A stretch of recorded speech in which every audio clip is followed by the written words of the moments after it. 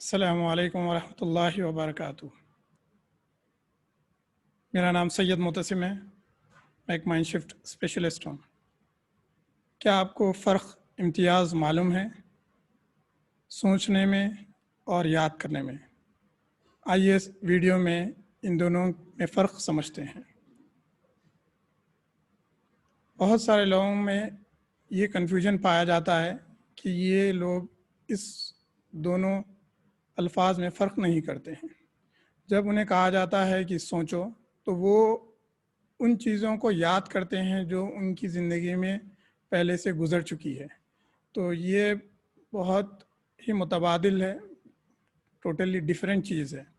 سوچنا اس عمل کو کہتے ہیں جب آپ اپنی ذہنی صلاحیتوں کو کسی مسئلے کو حل کرنے کے لیے یا کسی چیز کو نئے طریقے سے بہتر کرنے کے لیے یا کوئی ایسے مسئلے میں کوئی سلیوشن کے لیے آپ سوچا کرتے ہیں۔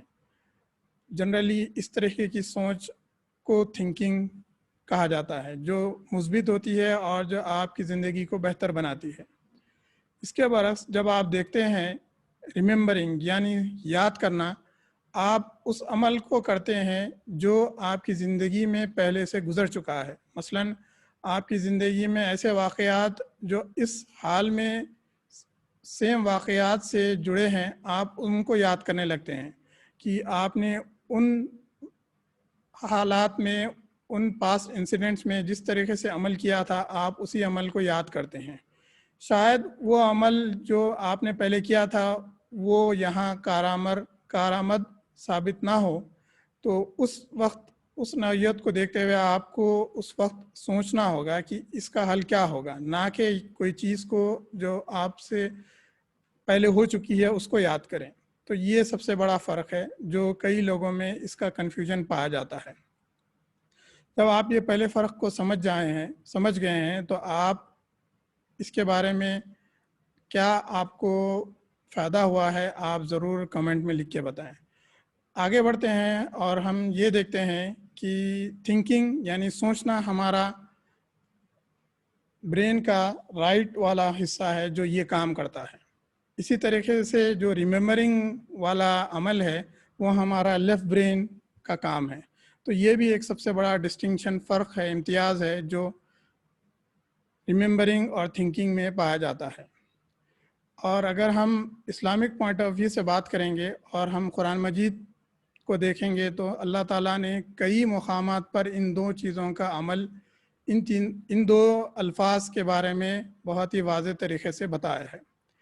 مثلاً آپ دیکھیں گے اللہ تعالیٰ کسی واقعے کو یاد دلانا چاہتا ہے ہم کو، تو وہ ہمیں ترغیب دلاتا ہے کہ یاد کرو اس وقت کو۔